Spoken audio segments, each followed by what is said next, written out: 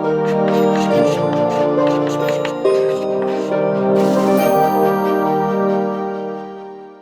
Video में बात करेंगे हम लोग इंपॉर्टेंस क्या होती है मैनेजमेंट की। बहुत ही आसान इसलिए हो गया क्योंकि हम लोगों ने उद्देश्य पढ़े थे। कई बार ऐसा होता है ना यार, इस तरह की चीजों में फायदे क्या हैं, उद्देश्य क्या है, महत्व क्या है, सारी चीजें घूम फिर करके अलग अलग तरह से बताई जा रही होती है, जिसमें बहुत कुछ कॉमन होता है। वैसा ही यहाँ पर है। तो अगर आपने पिछला वीडियो सही से देखा है, उसके पिछले वीडियो ठीक से देखे हैं, तो ये 2 मिनट में हो जाएगा। तो फटाफट इसको कर लेते हैं।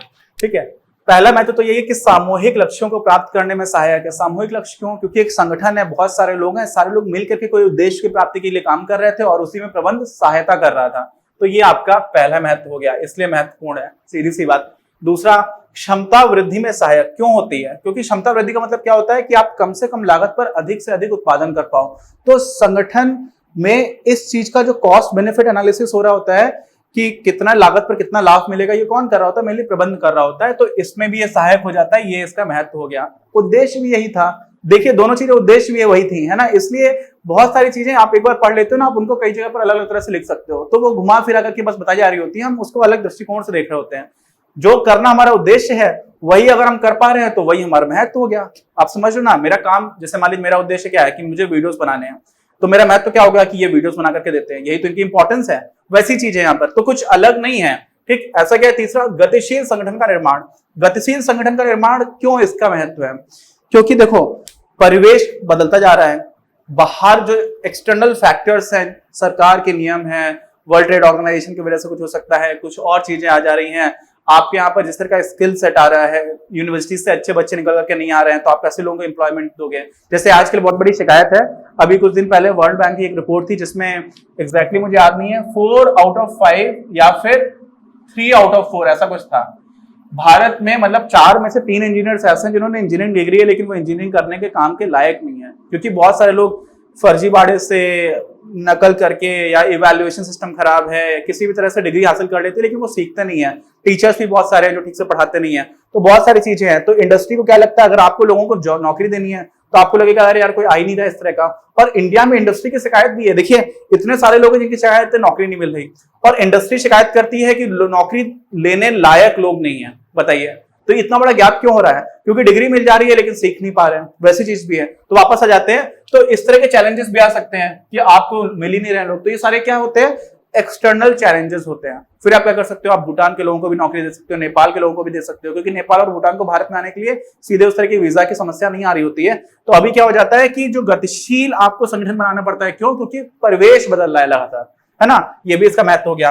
फिर व्यक्तिगत उद्देश्यों की प्राप्ति। व्यक्तिगत उद्देश्य, देखिए कई बार ऐसा होता है कि अगर कई चीजें ऐसी होती हैं कि आपने जब तक की नहीं तब तक आपको मजा नहीं आएगा। जैसे मान लीजिए आप मैं छोटा था तो मैं क्रिकेट खेलता था, सारे लोग इंडिया में क्रिकेट खेलते हैं, तो मुझे क्रिकेट बहुत पसंद था, बहुत अच्छे से खेला करता था, कोशिश करता था और ठीक ठाक खेलता था। लेकिन फिर मैं सैनिक स्कूल गया, और जब सैनिक स्कूल गया तो मैंने फुटबॉल खेलना स्टार्ट किया। तो मुझे लगा कि यार फुटबॉल तो बहुत अच्छा है, मतलब ऐसा नहीं कि क्रिकेट खराब है, लेकिन फुटबॉल तो बहुत अच्छा है। जब तक आपने वो चीज की नहीं तब तक आपको पता ही नहीं चला कि ये चीज उससे ज्यादा अच्छी हो सकती है। ठीक है, तो आपके लिए सबसे अच्छा क्या है? जो चीज आपको आज सबसे अच्छी लगती है, हो सकता है उससे ज्यादा अच्छी लगने वाली चीजें हैं जो आपको ज्यादा अच्छी लगेंगी, लेकिन वो तब लगेंगी जब आप उनको ट्राई करोगे। तो बहुत सारी चीजें आपको करते रहना चाहिए। तो होता क्या है कि जब आप संगठन में काम कर रहे होते हो ना, तो आपको टीम भावना की जरूरत होती है, टीम में साथ करके काम करना है। और कई बार वहां पर आपको लीडरशिप का स्कोप भी मिलता है कि आपके साथ में 3-4 लोग काम कर रहे हैं, आप उनको डायरेक्शन दे रहे हो। तो कई सारी चीजें होती है जो आपका व्यक्तिगत विकास भी कर रही होती है, आपको सिखा पा रही होती है कि चीजों को मैनेज कैसे किया जाता है। और वो सारी चीजें भी आपको एक अलग तरह का जो सेटिस्फेक्शन है, संतुष्टि है, वो दे रहे होते हैं, है ना। समन्वय होता है, कोऑर्डिनेशन हो जाता है। सामूहिक सफलता के लिए आपको समझ आ रहा होता है कि मेरी टीम की रिस्पॉन्सिबिलिटी है। आप टीम की तरह से सोचना स्टार्ट करते हो, एक ऑर्गेनाइजेशन की तरह भी सोचना स्टार्ट कर देते हो। और ये कैसे मिलता है? तो जो मैनेजर्स होते हैं, मैंने बताया ना कि एक कंपनी में एक ही मैनेजर नहीं होता है, हर लेवल पर मैनेजर्स होते हैं। अगर मेरे ऊपर भी बहुत सारे मैनेजर्स हैं, लेकिन मेरे पास भी 2-3 लोगों की टीम है, तो मैं उन सारे लोगों को मैनेज कर रहा हूं, है ना। तो मेरे पास क्या उदाहरण होता है कि आप लोगों को मोटिवेट करके रखो, तो उसको बोलते हैं अभिप्रेरणा। और नेतृत्व मतलब मैं भी लीडरशिप से दिखाऊं, तो बोलते ना कि लीड बाय एग्जांपल, कि आप लीडर हो तो आप एग्जांपल सेट करो, आप खुद से ज्यादा चीजें ठीक से काम करो। तो वो सारी चीजें भी सीखते भी हैं, और उस वाली प्रोसेस में काफी चीजें आपको अच्छी दिखना स्टार्ट भी हो जाती हैं। वहीं अगर मैनेजर ठीक नहीं होता है तो बहुत प्रॉब्लम हो जाती है। लोग बहुत क्रिटिसाइज करते हैं कि कॉर्पोरेट लाइफ है, ये नहीं हो पा रहा है, हर टाइम पे परेशान करते हैं, एक ही चीज बार बार बताते हैं। सबसे बड़ी शिकायत जो मुझे आजकल पता चलती है वो ऐसी मिलती है कि रिक्वायरमेंट्स क्लियर नहीं है। मतलब मैं आपसे बोल रहा हूं कि सामान यहां से उठा करके यहां पे रख दीजिए, आपने उठा करके यहां पे रख दिया, उसका बोलेगा यहां नहीं रखना था, यहां पे रखना था, तो आपको कितनी गुस्सा आएगी। वैसा ही होता है बहुत बार। तो मतलब पता नहीं कितनी बार होता है, लेकिन मेरे जितने भी फ्रेंड्स इंडस्ट्री में काम कर रहे हैं अलग अलग जगह पर, बहुत सारे लोग बोलते हैं कि रिक्वायरमेंट्स क्लियर नहीं है। खैर आगे आते हैं। अगला क्या हो गई है, समाज के विकास में सहायक। मैंने बताया था कि अल्टीमेटली आप समाज की तरफ भी काम कर रहे हो, तो कॉर्पोरेट सोशल रिस्पांसिबिलिटी की बात मैंने समझाई थी। तो यही सारे इसके महत्व हो गए, इतना सा था। अभी इसी को आगे कर लेते हैं, क्योंकि इतने छोटी सी टॉपिक को तो खत्म नहीं करेंगे वीडियो में ना, तो आगे देखते हैं। इंपॉर्टेंस ऑफ मैनेजमेंट के बाद बात करते हैं कि नेचर क्या होता है, प्रबंध की प्रकृति कैसी होती है, कला है या विज्ञान है। तो यहाँ पर मुझे एक डॉक्यूमेंट्री याद आ गई थी, मैंने देखी थी। उसमें बहुत बहुत अच्छी डॉक्यूमेंट्री थी, जिसमें एंथ्रोपोलॉजिक पॉइंट ऑफ व्यू से बहुत इंपॉर्टेंट है, मतलब मानव विकास कैसे हुआ है। तो उसमें दो चीजें दिखाई जाती हैं कि जो मनुष्य है ना, वो बहुत अच्छे से कोऑर्डिनेट कर पाते हैं। क्या कर पाते हैं, समन्वय बहुत अच्छे से कर पाते हैं।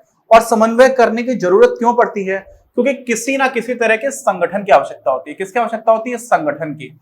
और संगठन जो है ना, वास्तव में संगठन का मतलब क्या होता है कि कुछ लोग मिलकर के किसी उद्देश्य को प्राप्त करने के लिए साथ में आ गए, यही संगठन है। और ये जो संगठन है वही वास्तव में असभ्य समाज से सभ्य समाज को अलग करता है। जिस समाज में कुछ लोग साथ आकर के कोई एक कॉमन गोल अचीव करना चाह रहे हैं, वही संगठन है और वही सभ्य समाज भी है। तो संगठन हमारा जो मानव इतिहास है उसमें आपको हमेशा से दिखेगा, स्टार्टिंग से, जब से आज से जैसे अलग अलग टाइमलाइंस रहती हैं। तो जो मॉडर्न ह्यूमन बीइंग्स हैं, जिसको होमो सेपियंस बोलते हैं, तो करीब 70,000 साल से मेनली स्टार्ट हुआ है। 2 लाख साल से बोला जाता है स्टार्टिंग में, लेकिन 70,000 साल से उनका ज्यादा प्रोग्रेस दिखना स्टार्ट होती है। तो होता क्या है कि मनुष्यों के साथ संगठन एकदम स्टार्टिंग से जुड़ा हुआ है। संगठन जो आज के संगठन है, बहुत बड़े बड़े एनजीओस हैं, बहुत बड़ी बड़ी गवर्नमेंट्स हैं, वो भी संगठन है ना, पूरा देश बन गया, वो भी एक तरह का संगठन है।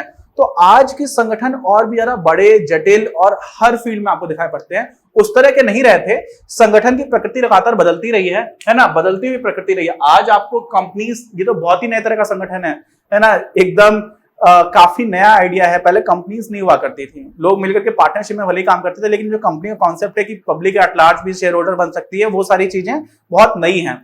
तो होता क्या है कि संगठन की प्रकृति बदलती चली गई है। लेकिन जो बात है समझने की कि वो संगठन जो है वो हमारे पास, हमको उसने बहुत अच्छे से ताकतवर बनाया है। अगर हम पूरे जैव विकास को साथ में देखें तो, जैसे समन्वय की हमें आवश्यकता पड़ती है, क्योंकि हमें संगठन बनाना है। और समन्वय भी किस तरह का, 2 तरह का समन्वय होता है। एक तो होता है फ्लेक्सिबल, कि आप लोगों को, एक ही इंसान को अलग अलग तरह के रोल्स दे पाओ, अलग अलग तरह की जिम्मेदारियां दे पाओ, समय के साथ बदल दो। कि नहीं, अभी आप वही एक जो विराट कोहली बैटिंग भी करता है, फिर उसको बोला कि तुम फील्डिंग भी करो, उसके बाद बोला कि तुम कैप्टन भी रहोगे, उसके बाद से तुमको प्रेस कॉन्फ्रेंस में जवाब भी देना है ना, बहुत सारे रोल्स हैं। उसके बाद से विराट कोहली को ही एज ए पर्सन बहुत सारी कंपनीज का एडवर्टाइजमेंट भी करना है, उसके बाद से अपने फैंस से बात भी करनी है, उसके बाद से मतलब एक ही इंसान के पास अलग अलग तरह की जिम्मेदारियां दे दी जा रही हैं। एक संगठन में देखोगे आप, सिर्फ क्रिकेट टीम में देखोगे, वहां पर भी एक सारी जिम्मेदारियां हैं। तो होता क्या है कि एक ही इंसान को हम अलग अलग तरह के रोल्स दे पाए और समय के साथ बदल रहा हो, तो वहां पर लचीलापन हो, उसके बोलते हैं फ्लेक्सिबिलिटी। ठीक। और दूसरा होता है कि बहुत बड़ी संख्याओं में आप समन्वय कर पाओ। यह संभव है क्या, तो जो चींटियां होती है ना, बहुत बड़ी संख्या में समन्वय कर पाती हैं, लेकिन इनमें फ्लेक्सिबिलिटी नहीं होती है। अलग अलग तरह की चींटियों का अलग अलग रोल रहता है कि आपका काम डिफेंड करना है, आपका काम अपनी पॉस्टेरिटी को लेकर के आना है, अगली जनरेशन लेकर के आना है, आपका काम मतलब सबका कुछ है कि आपको खाना लेकर के आना है। तो जो भी चींटियों की कॉलोनीज होती है ना, बहुत ही कॉम्प्लेक्स रहती हैं। तो उनमें क्या रहता है, समन्वय हो रहा होता है, कोऑर्डिनेशन हो रहा होता है, लेकिन फ्लेक्सिबल नहीं होता है। चिंपैंजी ऐसे एक प्रजाति है जिसमें फ्लेक्सिबिलिटी होती है, अलग अलग लोगों को अलग अलग रोल भी दिया जा सकता है, लेकिन बहुत बड़ी संख्याओं में नहीं कर पाते हैं। मनुष्य ऐसे लोग हैं जो बहुत बड़ी संख्याओं में फ्लेक्सिबिलिटी के साथ कोऑर्डिनेट कर पाते हैं। और वो डॉक्यूमेंट्री बोलती है कि यही कारण है कि मनुष्यों ने बाकी सारी प्रजातियों को इतना पीछे छोड़ दिया है दुनिया के रिसोर्सेज को यूज करने के केस में। जैसे अभी ये घर है, तो मैं बोलता हूँ ये तो मेरा घर है, लेकिन ये जमीन तो सबकी थी, चींटी की भी थी, दीमक की भी थी। और आज मेरे घर में दीमक लगता है तो मुझे लगता है अरे यार बताओ, इसको मार देते हैं, है ना। हम लोग यही तो करते हैं, क्योंकि हम लोगों ने पूरे रिसोर्सेज को अपना मान लिया है। ठीक है, वो सही है नहीं है वो अलग इश्यू हो जाएगा, लेकिन आप समझिए कि एक प्रजाति की तरह ताकतवर तो इतने ज्यादा हो गए हैं, तो उसमें कोऑर्डिनेशन की इतनी बड़ी रोल आता है। और जहां पर हम कोऑर्डिनेशन की बात करते हैं, वहीं पर जो प्रबंध है वो उसी में छिपा हुआ है। संगठन में अगर आपको समन्वय बनाना है और समन्वय बनाने की जरूरत होगी तभी वो संगठन चल पाएगा, तो प्रबंध उसमें इनहेरेंट है, कुछ अलग से लाने की जरूरत नहीं है। लेकिन हम लोगों ने बात की कि अलग अलग तरह की प्रकृति बदलती जा रही है संगठन की, तो बदलती हुई प्रकृति के साथ क्या होता है कि हमें अलग अलग तरह के प्रबंधन की आवश्यकता होती है। हम प्रबंधन को अलग अलग तरह से समझना स्टार्ट करते हैं। ठीक है, एक चीज होती है इंग्लिश में बोला था कोनोटेशन। कोनोटेशन समझते हैं? कोनोटेशन होता है जैसे कोई शब्द है उसका अर्थ किस तरह से लिया जा रहा है। तो अभी जो मैनेजमेंट का हम लोग अर्थ लेते हैं बहुत ज्यादा एक डाइवर्स, बहुत ज्यादा विविधतापूर्ण क्षेत्रों के लिए लिया जाता है। किस चीज का मैनेजमेंट है ना, तो प्रबंध जो है वो बहुत ही इतना विशाल, इतने सारे सेक्टर्स में अलग अलग तरह से हो गया है और लगातार बदलता जा रहा है। तो हो क्या रहा है कि एक गतिशील विषय के रूप में डेवलप हुआ है। ठीक है, अभी एक डायनेमिक है, ऐसा नहीं कि एकदम फिक्स्ड है, बदलते जा रहे हैं चीजें, कल्चर बदलती है, सारी चीजें, नए तरह के ऑर्गेनाइजेशन आ रहे हैं, तो बदलता जा रहा है कि प्रबंधन क्या होता है, किस चीज का प्रबंधन है उसकी बात करते हैं। लेकिन इसमें फिर से वही चीज घूम करके आ जाती है कि यार जो प्रबंधन है वो है क्या, कला है या विज्ञान है। अब कला और विज्ञान है, इसमें आपको पहले यह भी पता होना चाहिए कि कला होती क्या है ना। आर्ट्स किसको कहते हैं, विज्ञान किसको कहते हैं, तो अभी हम समझते हैं कि कला किसको कहते हैं, विज्ञान किसको कहते हैं, और प्रबंधन इन दोनों में किन किन चीजों की कितनी कितनी पूर्ति करता है। कला कहा जा सकता है तो क्यों कहा जा सकता है, विज्ञान कहा जा सकता है तो क्यों कहा जा सकता है। ठीक है, इस वीडियो के प्रायोजक हैं आप, और अगर आप ऐसे ही और वीडियोस बनाने में हमारी मदद करना चाहते हैं तो पैट्रियन पर जाकर या फिर स्क्रीन पर दिए गए QR कोड को स्कैन कर अपना योगदान जरूर दें। अपनी क्लास का उद्देश्य आप सभी के लिए आप ही की भाषा में गुणवत्तापूर्ण शिक्षा उपलब्ध कराना है।